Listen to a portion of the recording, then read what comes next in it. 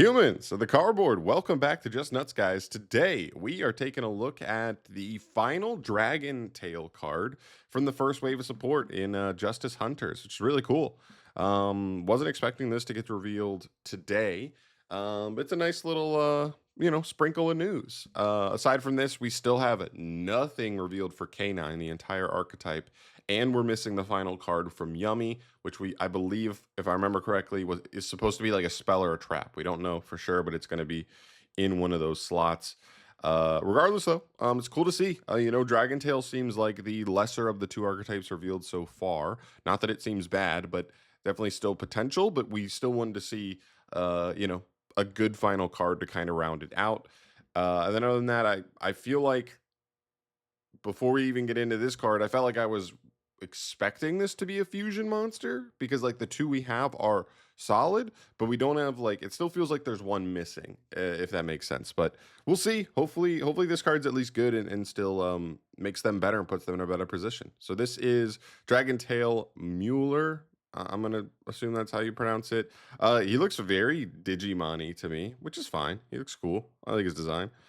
He is a level 3 Dark Dragon effect monster, 1,100 attack, 1,500 defense. You can only use the first and second effects of this card's name each once per turn. During the main phase, quick effect, you can fusion summon one Dragon Tail fusion monster from your extra deck using monsters from your hand or field as material. Also, you cannot special summon from the extra deck for the rest of this turn, except fusion monsters. And if this card is sent to the graveyard as material for a fusion summon, you can set one Dragon Tail spell or trap card from your deck. Then you can negate the effects of one face-up monster your opponent controls. Okay. That's cool. Interesting. Okay, so this adds us another way to fuse. Like this card is very similar to the other card in the archetype. I don't remember her name, but the level 5 girl who can quick effect again, like discard to fuse. Oh, but this one's just on field. That's the difference. Okay. I was reading, I mean, guys, I woke up 5 minutes ago, so I'm doing my best. But so the difference here is the other one discards itself to fuse. So the other one's like actually like a strict fusion spell, kind of, but it's a monster. This one is on field. So this one becomes like an additional normal summon, kind of. Doesn't extend it all, but like still it gets your plays going. And I like that it also has the like it can be used as your fusion spell or it can be used as material or both because you don't have to discard this one to fuse. You can use this one as the Dragon Tail material, which is good.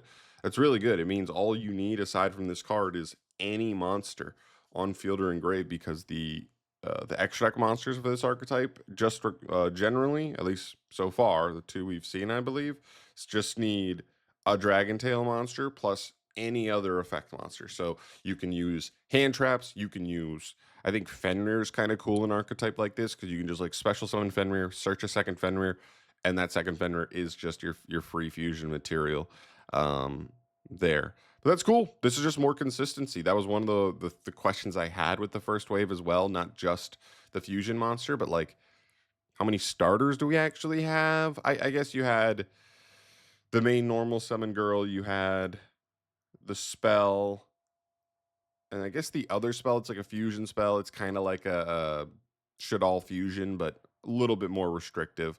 But still, like we'll take that. This archetype's cool, man. I'm curious to see where they go with it from here. This gives us our full first wave.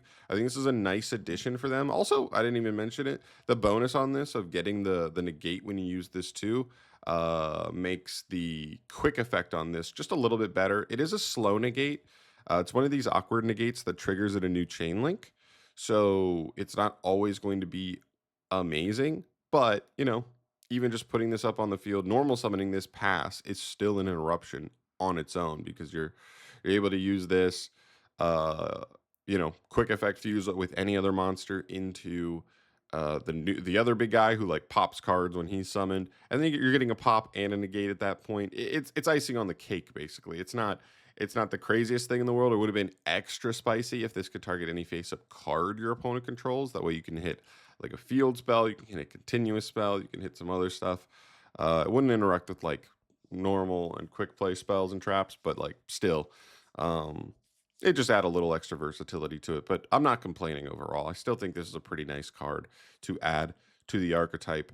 It's one of those archetypes where like it feels really fair, a lot of the cards, but like every monster in the archetype when it's used as material for a fusion summon, it gives you a new card, and that's very Shadal of them, except I think the monsters feel like way better like engine cards than Shadal. Like Shadal's monsters were like hardly ever starters. You needed the spells to get going, whereas this deck, like all the monsters help you get going as well. So it's kind of like a Shadal type archetype that has more starters, more consistency overall. So it's one of those archetypes that stockpiles as it goes. It feels like if you resolve that first fusion summon, you're actually already in a pretty good position because you're likely going to go set 2 free cards. Those 2 free cards are going to help you get into another fusion summon. You might get 2 more free cards from there. And then, like, you look down and they've got a full back row set. They've got, their fusion monster set up, and it's pretty scary.